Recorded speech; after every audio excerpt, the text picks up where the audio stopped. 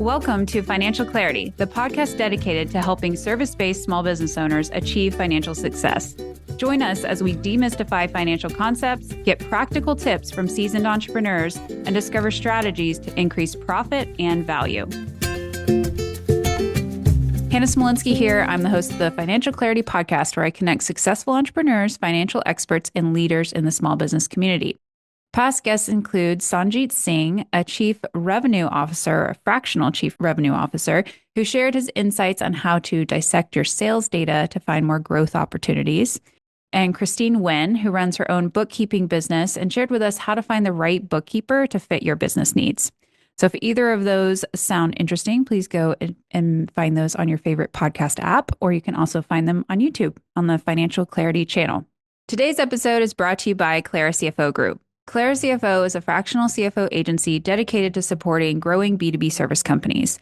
If you're looking to uplevel the financial strategy and leadership in your business, visit claracfo.com to learn more. Today's guest is Brad Farris. Brad has worked with hundreds of agency owners, guiding them through pivotal growth phases, including breaking through the $1 million revenue barrier. His approach goes beyond strategy. He addresses the mental and emotional hurdles that hold leaders back from scaling their agencies. He brings over 20 years of experience helping agencies and firm owners sharpen focus, increase profitability, and build stronger teams. Brad, it's great to have you on the show.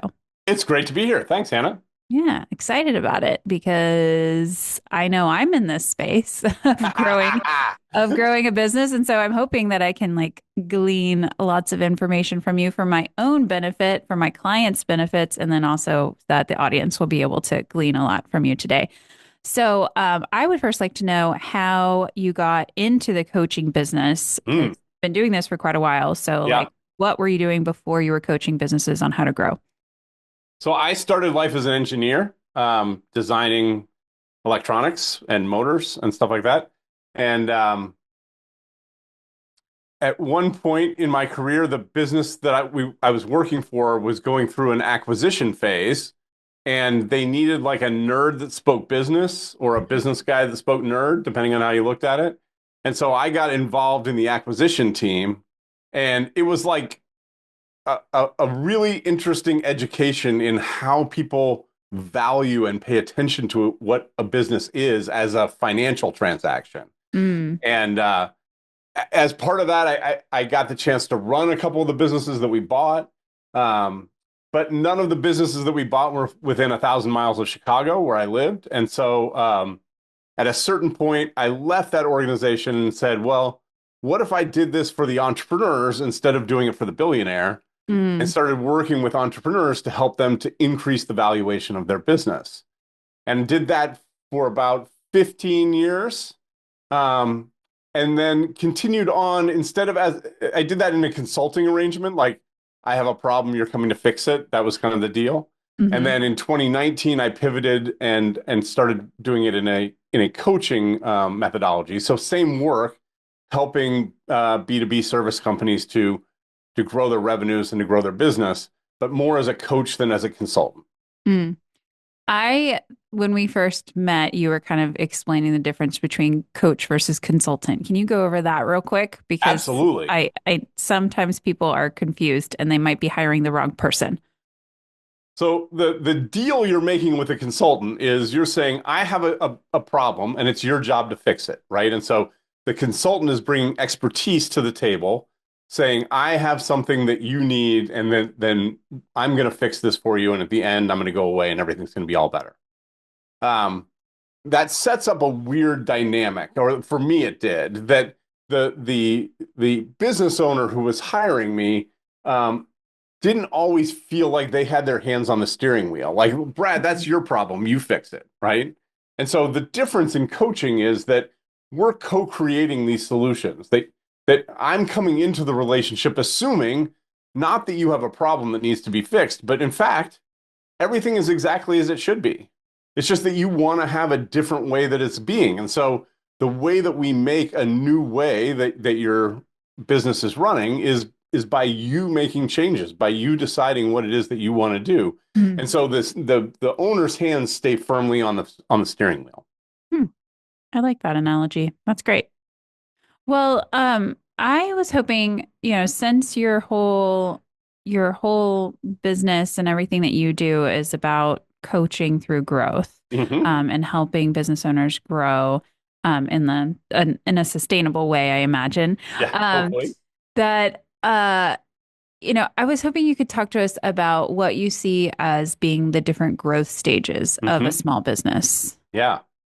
So in my experience working with B2B service companies primarily, I've found four distinct stages that businesses grow through. And I think of these sort of like developmental stages. Like there's a job that needs to be done in each of these phases before you can move on to the next. Mm, And so the first one is easy. That's the startup phase, right? That's from day zero.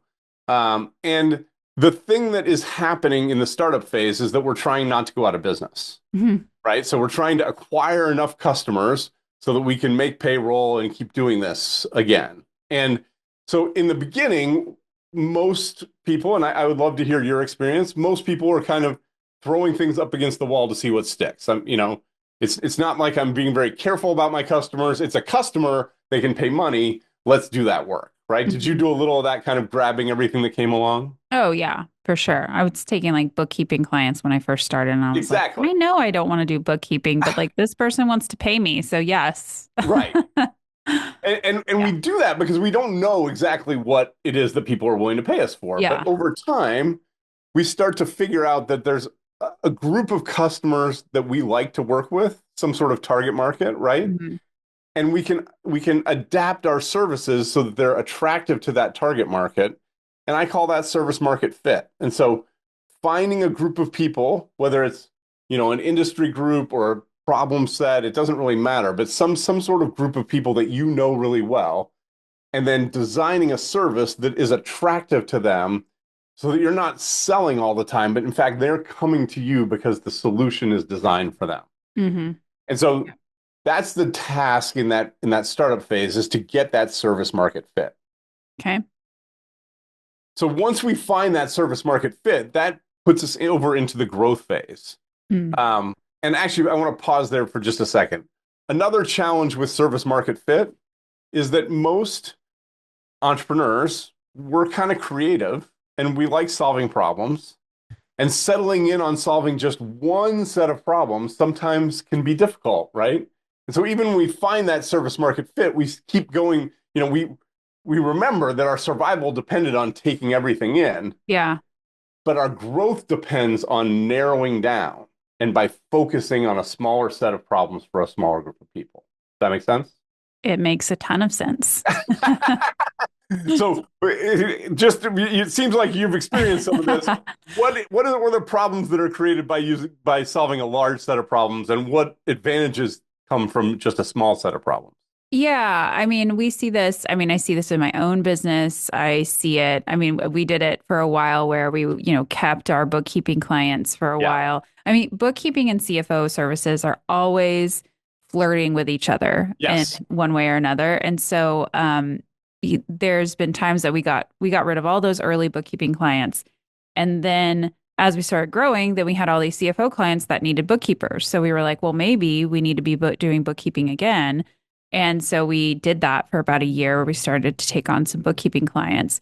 And then we realized we don't want to grow a bookkeeping business. We Yeah. want to grow a fractional CFO business. Yeah. And leaning into how do we be, and then as we're starting to scale our processes and things like that, we didn't want to have separate processes for bookkeeping and separate Yes. processes for CFO services. So we actually totally kind of got rid of all of that bookkeeping work. We still have those CFO clients, Yeah. but we offloaded the bookkeeping work to other great bookkeepers who Yep. are great at doing that. And Yep. that's all they do. And so, and I see it a lot, especially in accounting, like where people will say, like, yeah, we can do your bookkeeping and we can do your taxes and we can do your CFO work. And then when they do that, they're not doing any one of those well. Yeah. They're just, so they kind of are spread thin, or they're trying to have the same person do multiple things. It doesn't tend to work very well. And we see it with clients too, where they're like, well, we've always done it this way, but we kind of want to move this other direction, but we still want to keep these clients over here. who are, using us in more of like a staff augmentation Yeah, role, maybe yeah, where instead of they want to like move into more of like a deliverable of a yep, service yep. instead. Um, so yeah, I definitely see that. And I think it comes a lot of times from a scarcity mindset, maybe, and Absolutely. that That's like, exactly right. just gotta like what you said, just kind of grab whatever you can, because you're worried it's more is not going to come. Yeah. So And yeah. the when we're forming that service market fit and starting to narrow our services down, one of the things that we're doing there is actually just making it a simpler problem for the management team to solve. We're a small management team at that point. We Mhm. can't, like you're saying, create systems and processes for multiple lines of business. And that's what we need to do in the growth phase. If we're going to start growing, we need to standardize the service. We need to start having some systems, some automation, some project management systems, so that the entrepreneur doesn't have to be the driver of every one of those projects. Mhm. Because as the firm starts to grow, there's more and more work for the entrepreneur to do, leading the organization and probably still doing the business development, then that gets held back when they're doing client service. So when a client calls, it doesn't matter what you're doing, you stop and you service the client. And so that keeps interrupting your ability to lead the organization, to build your team, to develop those systems. And so central to the growth phase is getting the entrepreneur out of the service delivery part of the business. Mm. Yes, for sure. So growth stage is that process of getting the owner out of service delivery. Creating repeatable Okay. processes Mm-hmm. so that we can add more clients. Mm-hmm. And to do that, I mean, at some Yeah. point when we get those repeatable processes, this is another thing about entrepreneurs because we want to change things. We keep reinventing the processes that Mm-hmm. don't need to be reinvented. Like, Mm-hmm. let's just do the process that works Yeah. and keep ourselves out of it. So that's another reason to get yourself out. I find that sometimes the challenge with that getting you out of service delivery is maybe if you're not really great at identifying the process, you just do it because you're naturally good at it. Yes. And then trying to teach someone else how to do what you did, people are trying to sort of, create a unicorn or something Yeah. again and try to hire somebody exactly like themselves. Yes. And that is nearly impossible to do. That is a great observation. I'm glad you brought that up because I often hear clients say, well, if I could just clone myself, right? Mhm. Well, if you cloned yourself, that person would be running their own business. They're not coming to work Exactly. for you. Yes. 100%. Yes. And so there's another way to split the role. Instead of splitting it vertically, you can split it horizontally and say, okay, how can we take off just the easiest part of the job and give that to someone else? And then strip off the next hardest part of the job. And so instead of trying to say, okay, I need someone that can do this soup to nuts, I just need someone who can do the client onboarding. And then I need someone who can do, monthly financial statement review. And then I need someone who can do, a balance sheet and help with financing. And so dividing your role up into smaller pieces allows you to hire people who are already good at doing that part of the role instead of trying to do the whole thing. Yes. Yeah, I think that's a very good point. It happens a lot with fractional leadership too, because like there's a lot of it, not just for CFOs, but CMOs, COOs, all over the place. If somebody has that ability to also like do sales and they like doing the client work, they're going to be an entrepreneur That's right. more than likely. Yeah. So if you're trying to like grow your fractional COO business and you're looking for somebody who can do sales and be a COO, like they're probably not going to want to come and work for you because you're probably not going to be able to afford them. And they probably have that entrepreneurial spirit where they don't want to work for somebody else. Not to say never, because I like to keep an open mind. But I ran into that a lot. I had a lot of fractional CFO friends who it was like, hey, they'd be super cool if they wanted to come and work for me. That's great. But they all had their own entrepreneurial aspirations Yeah, and they were fine taking care of like the sales part and they wanted to build their own teams. that's right. And so, that it didn't make sense. So it made sense to find people who were not interested in like they were interested in personal growth and, Yep. developing their own skills, Yep. but not interested in developing a business that, all the sales were on their shoulders and everything like that. Because that is a lot of pressure, and a lot of people just, it's not exciting to them to do that. Yeah. And it's easier to find, I mean, particularly COOs or CFOs who don't have any sales skills or desire to sell. Hmm. I mean, there's a lot of those people who are great technical experts that we Yeah. could make money on, and we could just do the sales for them. And that divides the job in a way that's more sustainable for both of you. Yeah, definitely. And in this growth stage, that's when we're building a team. Like you're actually starting to That's right. build people who are more practitioners. Maybe the startup phase, we have an admin assistant, or we start to have like assistants to the work. Do you see that being like a revenue marker between the two, or what are kind of the indicators that you've moved into another stage? So in the B2B service world, you can run in the startup mode, which if you draw the org chart for a startup, it's basically like a hub and spoke where the owner's in the middle and there's just a bunch of people reporting to them. Hmm.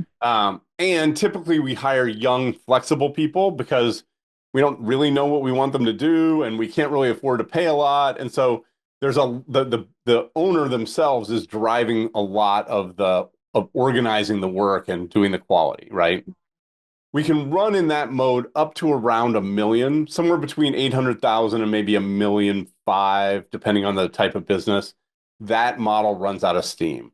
And what I hear from those clients is they say, I almost dread getting a new client because it just means another weekend I'm going to have to spend in the office getting this project set up so anybody can Hmm. work on it. And that's a sign that really we need to be transitioning into that growth phase. And in the growth phase, like we said, we're pulling the owner out of that service delivery. We're hiring people who have a track record of doing a specific thing. So in a creative agency, we're hiring creative people that only do creative. And we're hiring account people who are only doing accounts. And we're hiring an accounting person who's doing the accounting. And all of those people have their separate roles. And so we can Hmm. hire people there that have more skill and ability. They cost us more money, but they deliver more value in the organization. Hmm. That makes sense. That makes sense. Okay, so where do we go? Where do we go next? So as that organization grows and you fill out that middle management team where you have a leader in each of the departments, then what starts to happen is that we tend to grow up a business that has a lot of different systems in it. You might have a CRM system, you might have an accounting system, you might have a time and efficiency system that's tracking how stuff's getting done. You might have a project management tool. And so you have all these different tools. And as your leadership team starts to move further away from being the people who are getting the work done, the tools start to have some problems for us that when we're trying to answer questions, when we look in one tool, we're not looking at the same data that's in the other tool. And Mm. so we start to see where each department has their own view of what's going on in the business. And it's hard to get agreement around what the actual problem is. Hmm. Part of what's happening there is that we've increased accountability as the organization's gotten bigger. And so those department heads now they want to defend that their team is doing a good job. And so they're crafting a story out of a set of data that serves their organization, and another one is crafting data that serves their organization. Mm. And so the move into the stabilization phase is when we start to eliminate those data silos and start to in the first phase, we hired more expensive people. The second phase, in the growth phase, and this in the stabilization phase, we're hiring more expensive systems that can Mm. help us to integrate that data so that we're all looking at one set of data, and so Mm. that we're all on the same page about the one source of truth, the one way that we see what's going on in the business. Hmm. Do you, I mean, this might be getting a little off topic. I want to come back to growth stages, but any particular systems that you like to see or see people use to help that process? So they're very industry specific at Okay. this stage. Like the really big stuff, like the work days and the sales forces and that stuff, that is Hmm. still way out of scope for the kind of businesses I'm talking about. I'm talking Right. about like $5 to $10 to $20 million businesses. Hmm. And so there are some general ones out there, but typically in your industry, there's going to be one or two things that are really specific that start to pull all that together for your particular industry. So for the creative firms, there's one set of answers. For the um, uh, development houses, there's another set of answers. And so it really depends on what industry you're in, what system you're pulling in. And probably like how those systems integrate with like, for like accounting systems, for example, there's not that many. And so you probably don't want to be doing all of your accounting in a industry software. You want something that'll speak to your QuickBooks, or you want something that'll speak, the same language, and you don't have information in different systems. Or the system, the reports are the same coming out of both. That's right. Yeah, but I noticed that like I have a client who like their marketing department is run all on like HubSpot. Marketing and sales is run through HubSpot, but they have like estimates and stuff built in a kind of a time invoicing system, which talks to QuickBooks. So like our sales data is pretty good on like once it becomes a sale, but pre-sale, Yeah. it's like, where are we looking here? Yep. Where Yep. business development is sitting in HubSpot, but the Estimating. project managers are Yeah. looking at, their invoicing system, and that's where their timekeeping and invoicing system. So yeah, it can be rather confusing. And then it's like, well, what number's correct? And then maybe none of the numbers are correct because they're probably both missing some data. And as businesses get bigger, those slight variations get to be bigger numbers, right? Hmm. Whereas when you were a $2 million business, those Hmm. variations were, across a year, $100,000, which is a lot of money, but in the mix of it, it's not that much. But when you're a $20 million business, now it's $3 or $4 million, and now you need to figure out what's going on there. Yeah, that could represent your whole like profit for the year or That's something. right. So yeah, absolutely. Okay. So that's the stabilization phase. Correct. And you're leaving the stabilization phase really when things start to get a little boring. Hmm. Like in the stabilization phase, we get to the point where the owner can start to take 3 or 4 weeks off and nothing goes wrong. That sounds good. Brad, I like the stabilization phase. Can we get there? A lot of people like the stabilization phase, and it's like for the owner, we're throwing off a lot of cash. It's not really taking a lot of your time, and you're still needed there. But what I talk about is if you look at a bell curve, the owner's still handling, the top 10%, the biggest deals, and the bottom 10%, the things that are costing us a lot of money. But the fat part of the pipe, the team is handling it, and it runs pretty well. And there are a lot of businesses that hang out in the stabilization phase for a long time. But one of two things happens. Either the owner has aspirations to be something bigger. Hmm. And there's sometimes it's just that I want to have a bigger business. Sometimes there's a place in the middle that's not super stable, that where there are bigger competitors that are able to get a bunch of work that you can't get. And you Hmm. have smaller competitors that are nipping at your heels, and you just kind of need to get bigger in order to stay competitive. Hmm. The other thing that happens in the stabilization phase is if you're not seeing consistent growth, your best people start to leave Hmm. because they want to have an opportunity to learn more, to earn more, to have a bigger impact. And if the organization isn't growing, they can see that they're just not going to get an opportunity to do that. And so they start to depart. And so sometimes that's what's driving the move into the expansion phase. Hmm. And in the expansion phase, usually we're talking about other people's money. It could be a private equity deal, it could be outside investors, but oftentimes we're adding to the business by acquisition, either like in a vertically focused business, like we do CFO services for travel companies. Well, what else do travel companies need? What can we add on? What are the pieces of services that we can add on to get a greater share of wallet from those clients? Hmm. Hmm. Or if we're more horizontally focused, we may need to be in different geographies, Hmm. expanding into Canada or the East Coast or Europe or whatever it is, or expanding into other industries that have that same problem. And the easiest way to make those transitions in a reasonable amount of time is to do some acquisition. Hmm. So Now we're talking the CEO's job moves toward how do I raise the capital? How do I find the opportunities? How do I make the integration work?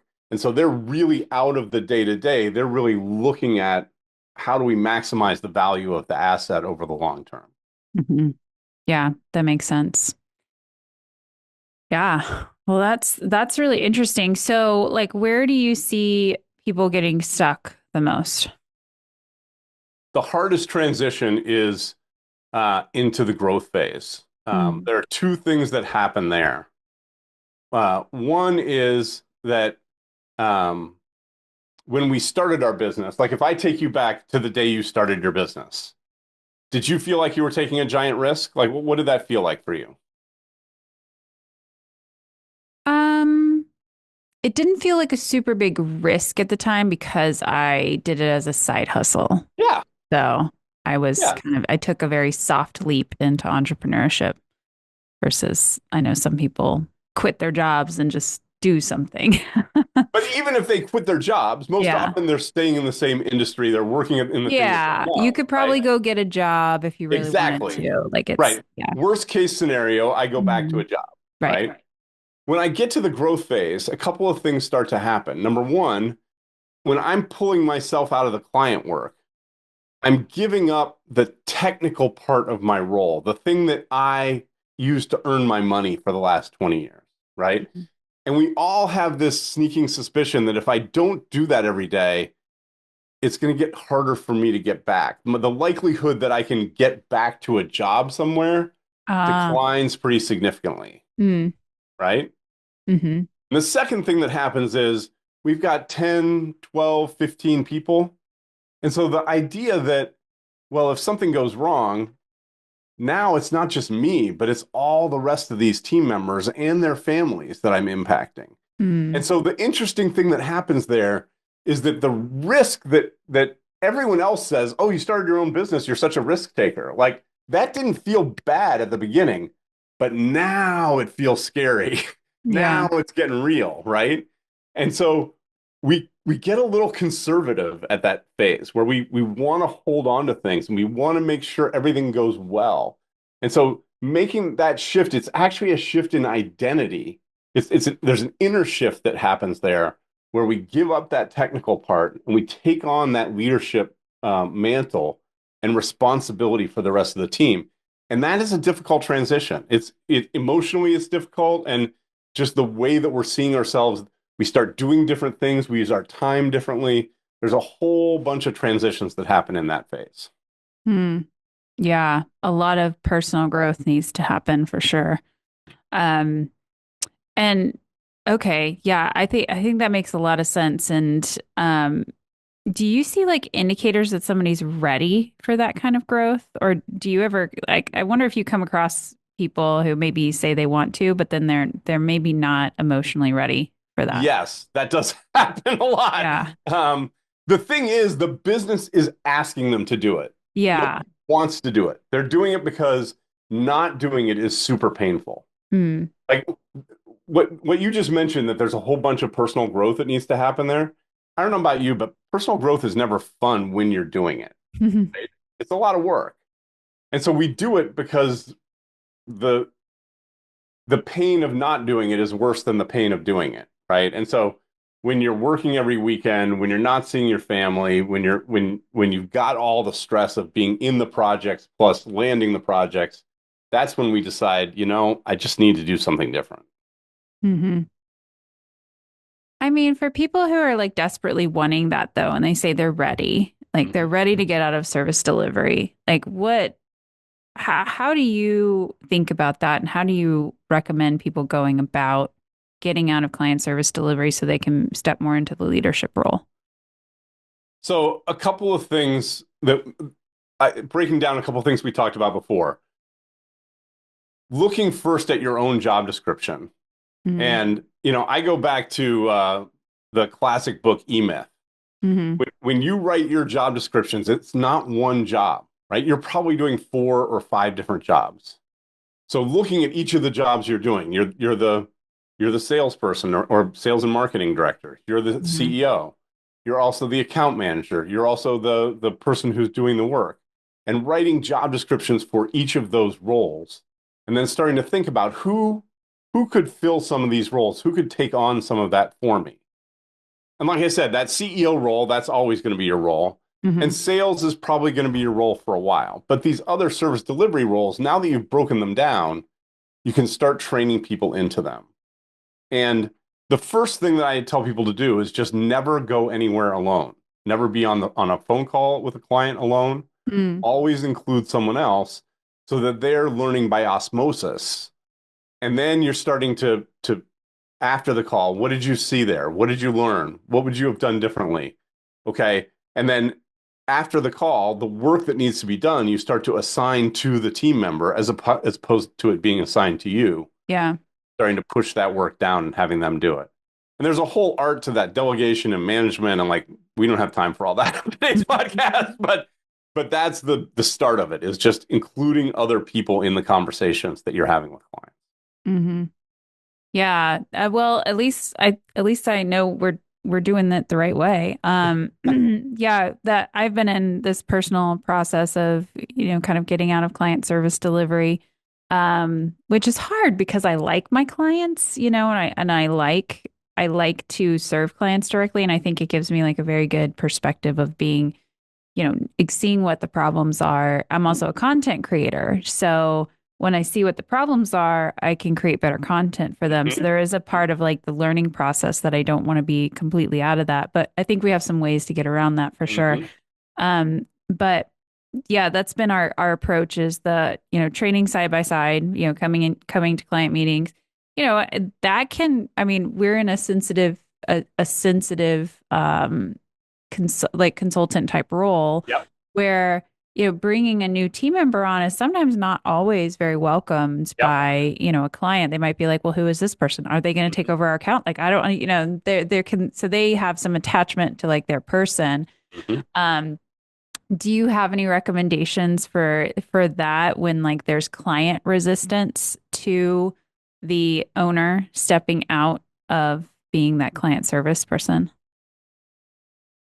So the first thing is that you need to have confidence in the person that you're bringing in. Yes.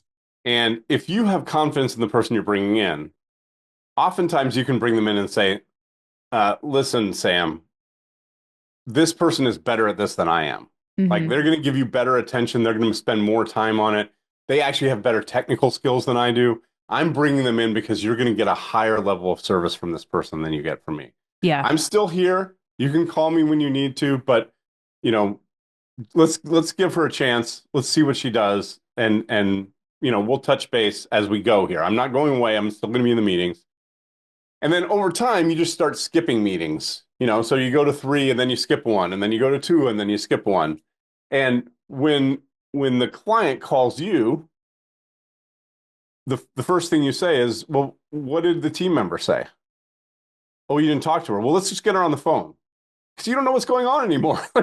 You have to bring them in. Hmm. But when they see that you're trusting the team member, unless there's something wrong, which they're going to tell you if there's something wrong, they're going to start calling that person because they realize that that's where the answers are. Hmm. That totally rings true as well.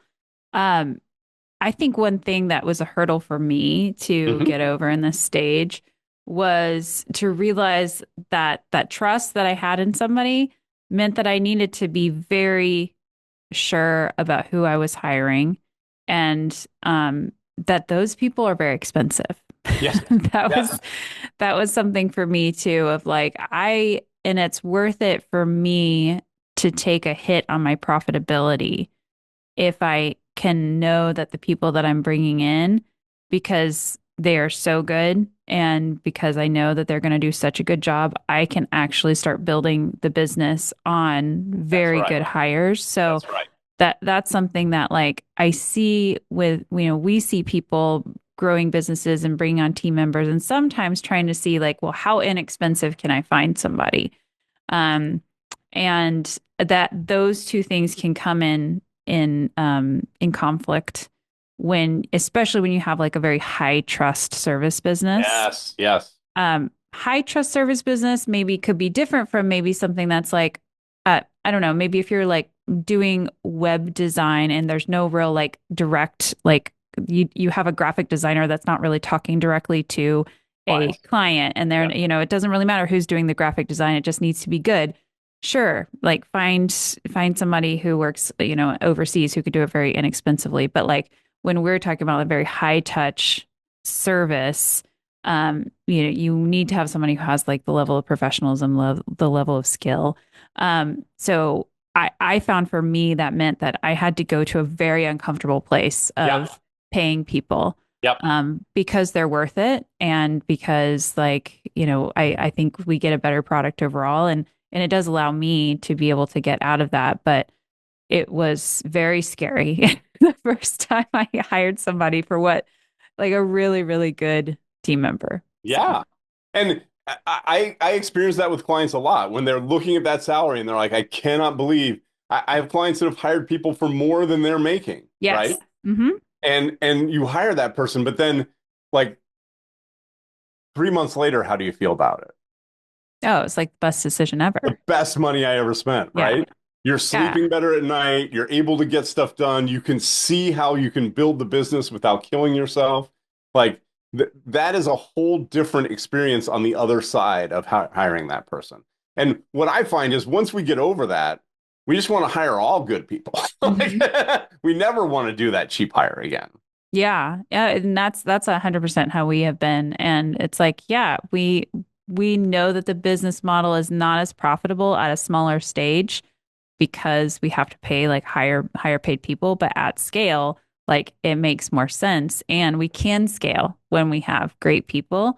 And then we're providing great jobs and they Yep. want to stay on. And then, it all makes more economic sense. But yeah, I would encourage people, I guess, like when you're thinking about it, is to just like just because it's cheaper doesn't mean it's better, or just because it's more expensive doesn't mean it's better. Because there are Right. lots of Yep. very high paid people out there that don't do a good job for you. So Yep. you need to do all your other vetting as well. Yep. One of the things that I talk to people about with these higher salaries is if you think about it as a sales challenge, right? It's reducing your margin, but how many new Hmm. clients do you need to onboard that you're not going to touch in order to earn that money back? And usually it's not that many.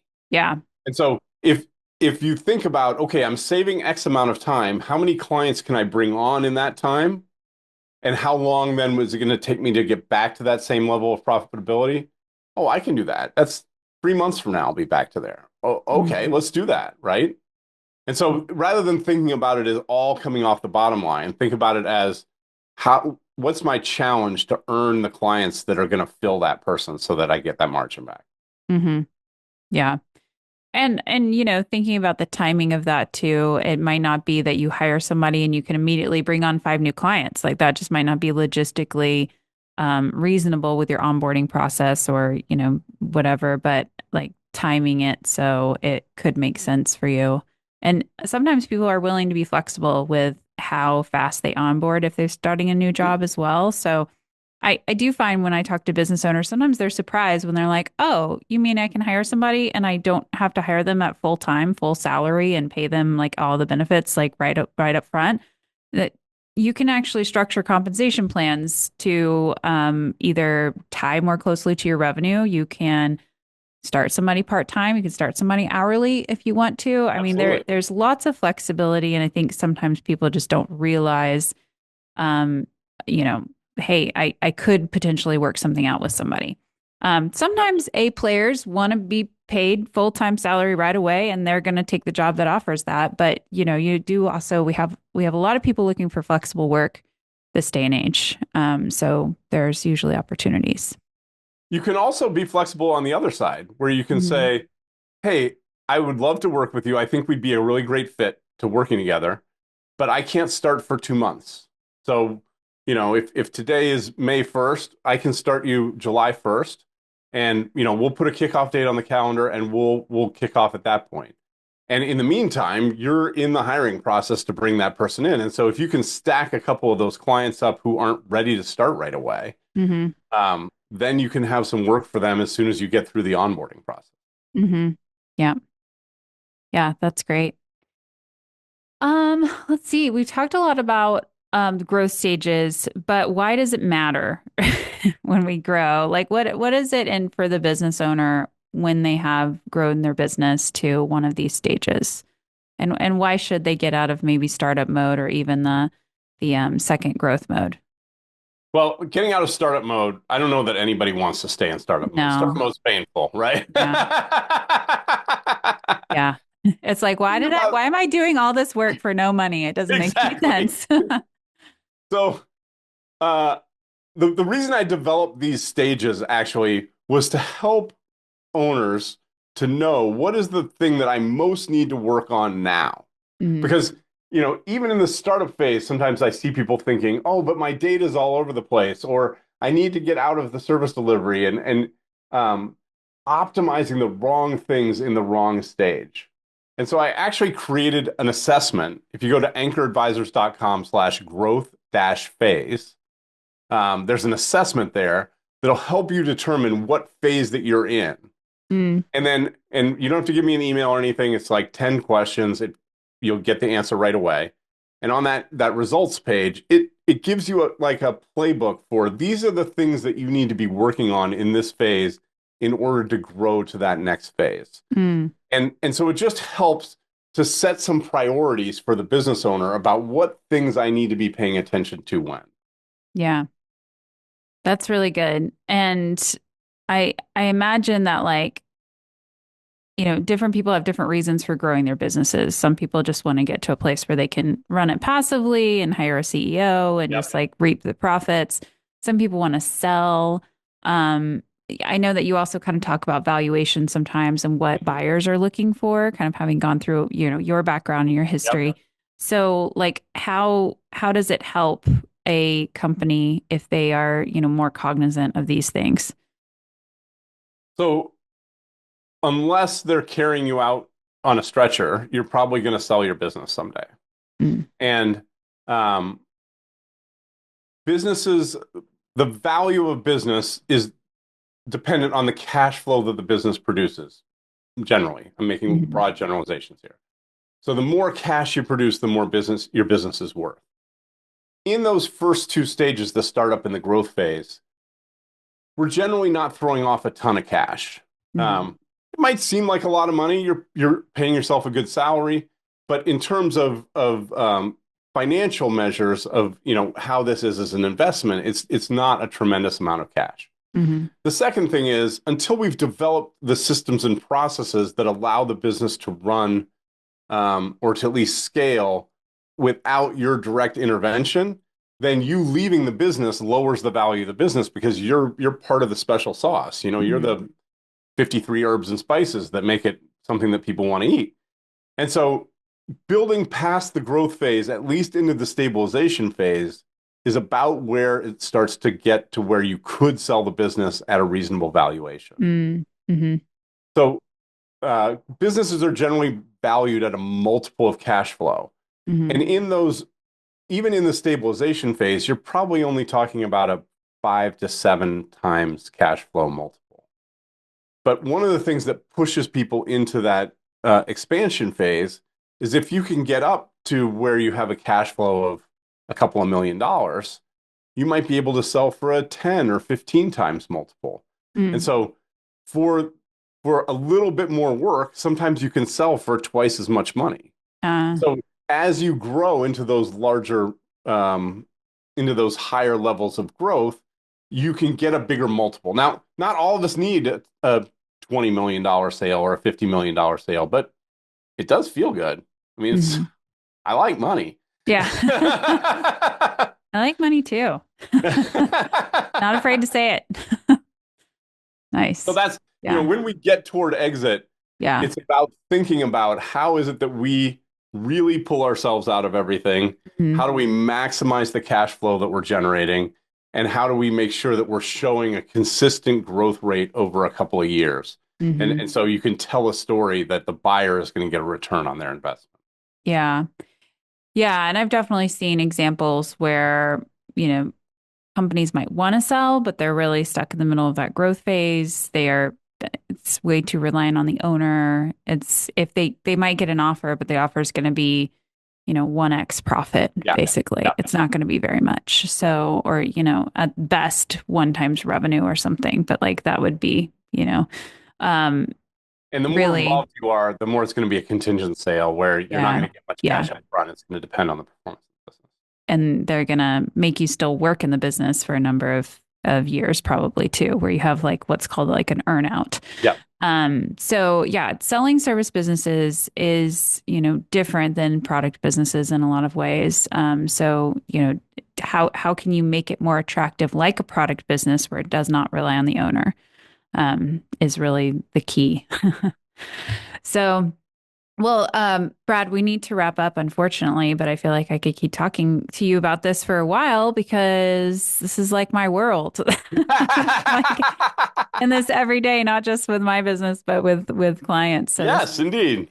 it's great to have you as a resource. I would encourage people to go and take that growth assessment or just, figure out which growth stage you're in. If you're not sure, you might already know, but I think having the tips that you said about like what you need to be doing in these stages will be really helpful. Um, where else can people find you, Brad? We can go to Anchoradvisors.com is the best place to find me. I Okay. am on LinkedIn at LinkedIn/Brad Farris, I think. But, who wants to go to LinkedIn? Just come to my website. It's friendlier. I'm on LinkedIn a lot, actually. So, but it gets a little bogged down. There's a lot of noise there too. So yeah, go to Anchor Advisors, and you can find Brad there and reach out on LinkedIn. But thank you so much for all It's been your great to be here. wisdom today. I appreciate it. And then if any business owners are looking for help with this, they can definitely reach out to Brad. And do you have a podcast or are you just doing podcast guesting? I do have a podcast. Nick Richmeyer and I do a podcast called Working Broken, Oh, which okay. where we take a business topic every couple of weeks and try to decide is it working or broken. And Ah, our most recent one is on authenticity, which is it was a really good episode. We kind of took cool. opposite tacks, so it was pretty fun. I love it. Okay, it's called Working or Broken. Working broken, working / Working. broken. Okay, got it. Awesome. Okay, we'll make sure to link that in the show notes as well. Yeah. Cool. All right. Thanks so much, Brad. Great to see you. Thanks for listening to the Financial Clarity Podcast. Be sure to check out the show notes to learn more about today's episode and click subscribe on your favorite podcast app.